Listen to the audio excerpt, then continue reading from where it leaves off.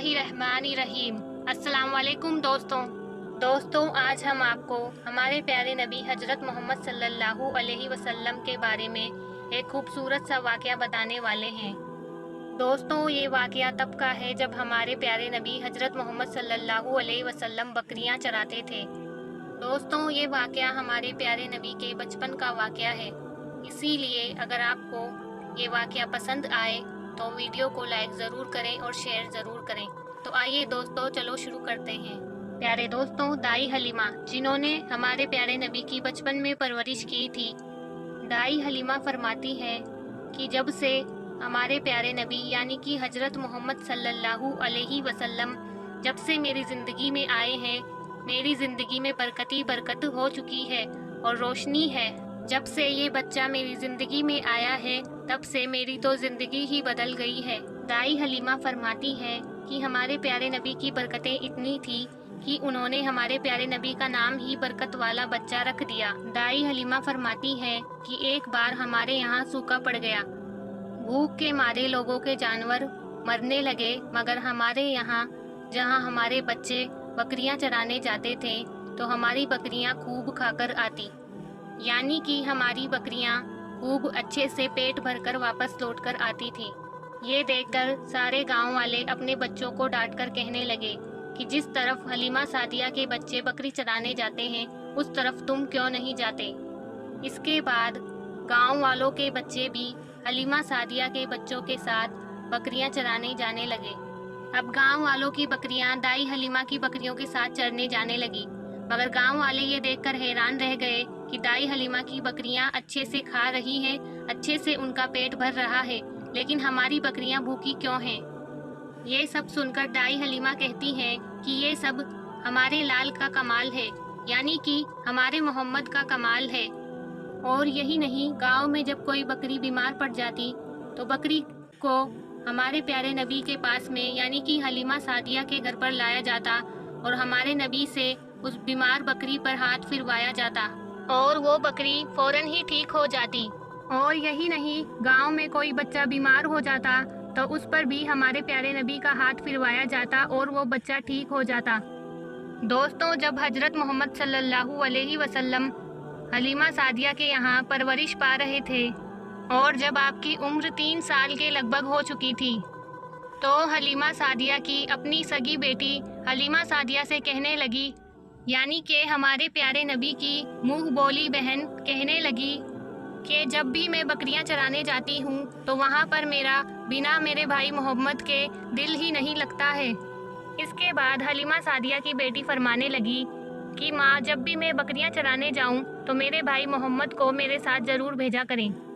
ये बात सुनकर हलीमा सादिया कहने लगी, नहीं बेटी, ये देखो हमारे प्यारे मोहम्मद को, ये अभी बहुत छोटा है और नाजुक है, कहीं इसको धूप लग गई तो मैं अभी इसे बाहर नहीं भेजूंगी और जंगल के जानवर इसे तकलीफ पहुंचाएंगे। ये अभी बहुत छोटा है, जंगल में अगर इसको कोई कांटा चुभ गया, कोई पत्थर पर इसका पैर लग गया तो मैं इसे अभी नहीं भेज सकती, जंगली जानवर इसे परेशान करेंगे।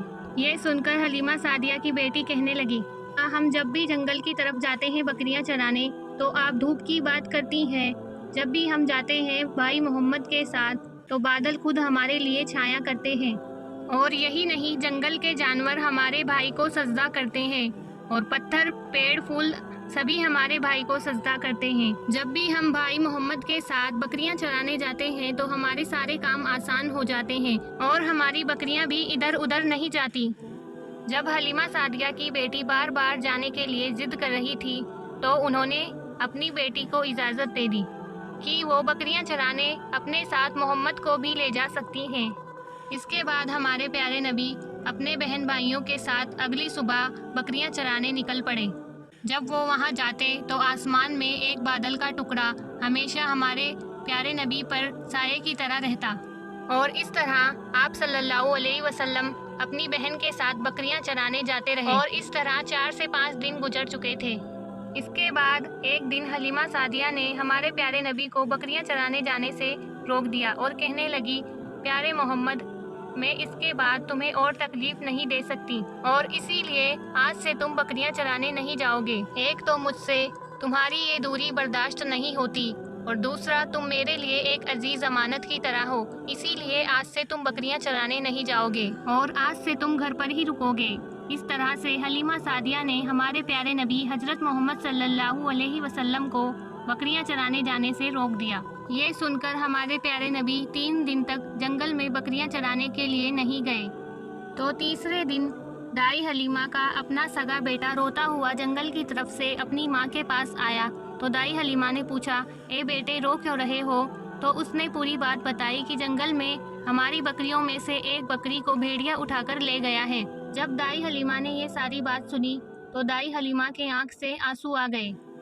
جب آپ صلی اللہ علیہ وسلم نے دائی حلیمہ کی آنکھوں میں آنسو دیکھا اور انہیں روتے ہوئے دیکھا تو آپ کی آنکھوں میں بھی آنسو آ گئے، کیونکہ ہمارے پیارے نبی کا دل بچپن سے ہی بہت زیادہ نرم تھا۔ ان سے کسی کا بھی دکھ دیکھا نہیں جاتا تھا اور ان سے کسی کی بھی تکلیف برداشت نہیں ہوتی تھی، اور اسی لیے ہمارے پیارے نبی کی آنکھوں سے آنسو بہنے لگے تھے۔ اس کے بعد ہمارے پیارے نبی نے حلیمہ سعدیہ سے پوچھا، امی جان آپ رو کیوں رہی ہیں؟ آپ کی آنکھوں سے آنسو کیوں بہہ رہے ہیں؟ تو حلیمہ سعدیہ نے جواب دیا، اے بیٹا محمد، میری آنکھوں سے آنسو اس لیے بہہ رہے ہیں کیونکہ ہماری ایک بکری کو جنگل میں بھیڑیا اٹھا کر لے گیا ہے، پتہ نہیں اب وہ ہماری بکری کے ساتھ کیا ہی کرے گا۔ یہ بات سن کر ہمارے پیارے نبی نے جواب دیا، امی جان آپ روئے نہ، ہم ابھی جا کر جنگل سے ہماری بکری لے کر آتے ہیں۔ یہ سن کر حلیمہ سعدیہ کہنے لگی، نہیں میرے بیٹے محمد، تم جنگل کی طرف مت جانا، بھیڑیے بہت زیادہ خطرناک ہوتے ہیں، اسی لیے تم جنگل کی طرف نہیں جاؤ گے۔ اور اسی طرح دائی حلیمہ منع کرتی رہی مگر ہمارے پیارے نبی حضرت محمد صلی اللہ علیہ وسلم نہیں مانے اور جنگل کی طرف نکل پڑے۔ اور جنگل میں پہنچ کر ہمارے پیارے نبی نے ایک صدا لگائی۔ آپ نے صدا دی، اے ساکن صحرا ادھر آؤ، میری امی کی بکری کون لے گیا ذرا بتلاؤ۔ اور صدا سنتے ہی سارے بھیڑیے اور جانور ہمارے پیارے نبی کے پاس میں آ گئے اور سب نے ہمارے پیارے نبی کو سجدہ کیا۔ اس کے بعد ہمارے نبی نے کہا کہ اے جنگل کے جانوروں، میری امی کی بکری واپس کر دو۔ ہمارے پیارے نبی کی بات سنتے ہی جنگل کے سارے جانور بکری کو اپنے ساتھ لیے دوڑتے ہوئے آئے اور ہمارے پیارے نبی کے قدموں میں جھک کر سارے جانور سلامی دینے لگے اور کہنے لگے کہ اے پیارے نبی، اے پیارے محمد، آپ کے لیے تو ہماری جان بھی قربان ہے۔ اتنا سن کر ہمارے پیارے نبی جانوروں سے کہنے لگے، جانوروں کیا تمہیں یہ پتا نہیں تھا کہ یہ بکری ہماری اماں حلیمہ کی ہے؟ کیا آپ کو معلوم نہیں بکری کے گم ہو جانے سے ہماری اماں ابھی بھی رو رہی ہیں؟ آپ نے کیوں ہماری اماں کی بکریوں کو اٹھایا؟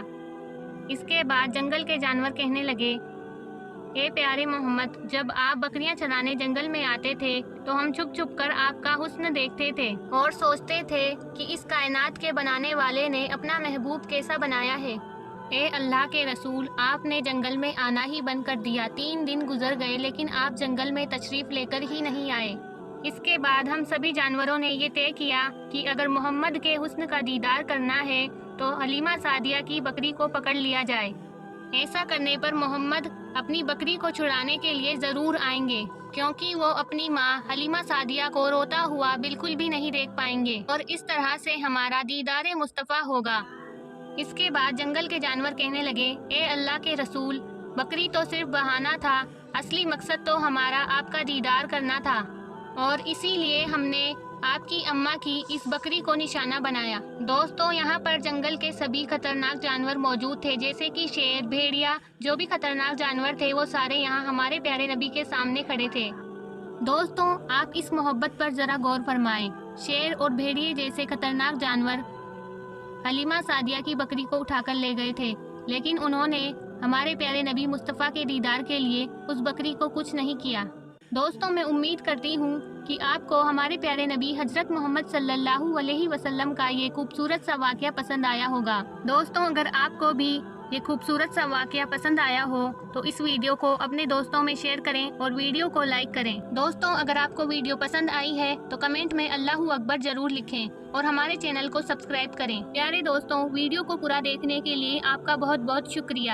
اب ہم آپ سے ملیں گے دوسرے کسی واقعے کے ساتھ۔ السلام علیکم۔